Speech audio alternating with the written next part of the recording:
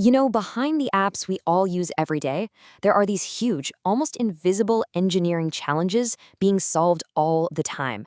Today, we're going to pull back the curtain on one of the biggest moves a company can make, moving its entire digital world from one database to another.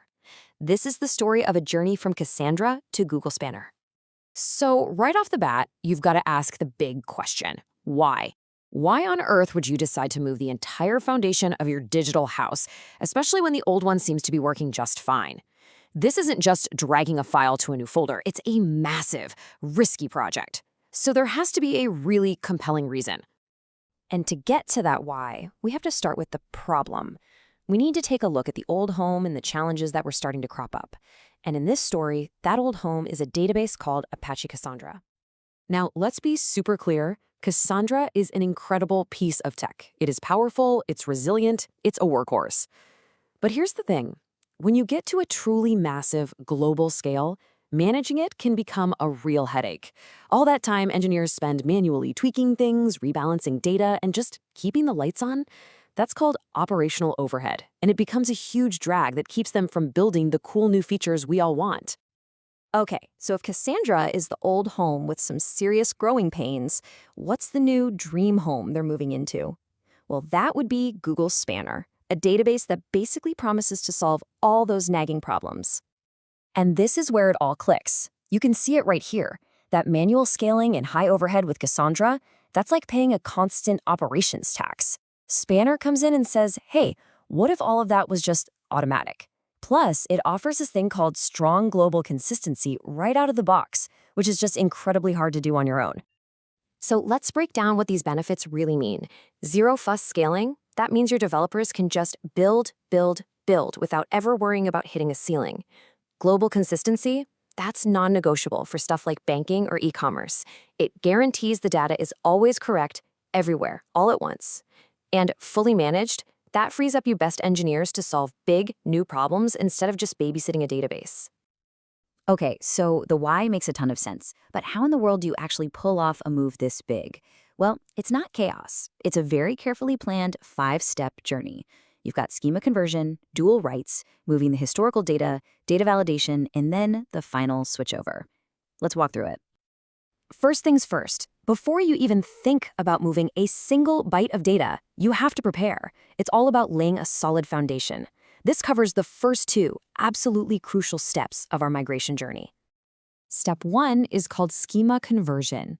A schema is just the structure of your data, the tables, the columns, how everything fits together. This step is all about translating that structure from Cassandra's language to Spanner's language. The analogy is perfect. You are literally drawing the blueprints for the new house before you start construction. So, what's the point of this first step? It's really simple. The goal is just to create that perfect empty shell in Spanner. All the new tables are set up, perfectly structured, just waiting for the data to arrive. Next up is a really clever and absolutely vital step: dual writes. You actually change your application so that every time a new piece of data comes in, it gets written to both the old Cassandra database and the new Spanner one at the same time. It's exactly like setting up mail forwarding before you've even packed a single box for a move. And why is this so important? Because this is the secret sauce to making the whole thing happen with zero downtime. While you're busy moving all the old stuff, this ensures the new house is getting all the brand new mail, keeping it perfectly up to date with what's happening in real time. The business never has to stop. All right, the foundation is laid, the mail is getting forwarded. Now it's time for the main event. This is the heavy lifting. This is where we actually move all that historical data and then double check that everything arrives safe and sound. Step 3, historical data migration. This is the big one. It's exactly what it sounds like, a massive bulk transfer of every single piece of data that already exists. We're talking years of information, all of it moving from its old home in Cassandra over to those nice, empty tables we built in Spanner. The mission here is simple, but everything, and I mean everything, depends on it. You have to get all of that past data moved over securely, completely, and without losing a single bit. Now, once the move is done, you can't just cross your fingers and hope for the best. That's where step 4, data validation, comes in. This is a super obsessive quality check. You run special tools and compare everything to make sure the data in the new Spanner home is a perfect 100% mirror image of the old Cassandra data. It's like opening every single moving box to make sure not a single dish got chipped. And this is about more than just checking ones and zeros. It's about building trust. You're proving to the entire business, to everyone, that the new system is solid and the migration worked perfectly. You need that confidence before you can take the final leap. So, we've done all the prep work, we've moved all the data, and we've checked it twice. Everything is ready. This brings us to the final and, frankly, the most exciting part of this entire journey. It's time to flip the switch. This is it, step 5, the moment of truth.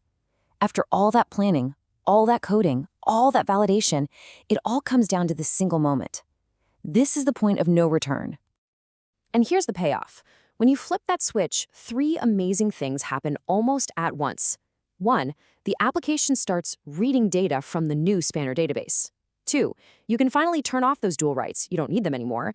And 3, you can start saying goodbye to the old Cassandra database for good.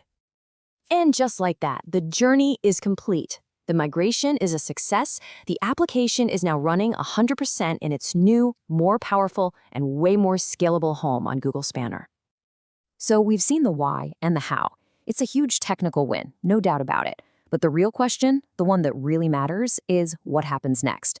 What new possibilities does this unlock? What can you now build for your users that was just impossible before? Well, that's where the next chapter really begins.